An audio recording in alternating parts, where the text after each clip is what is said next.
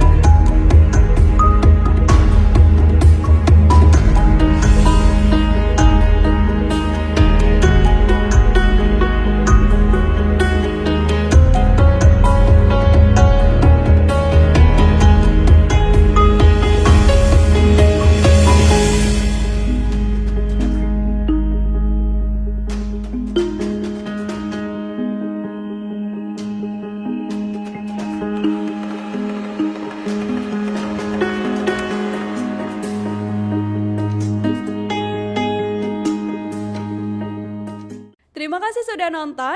Jangan lupa like, subscribe, dan share ya.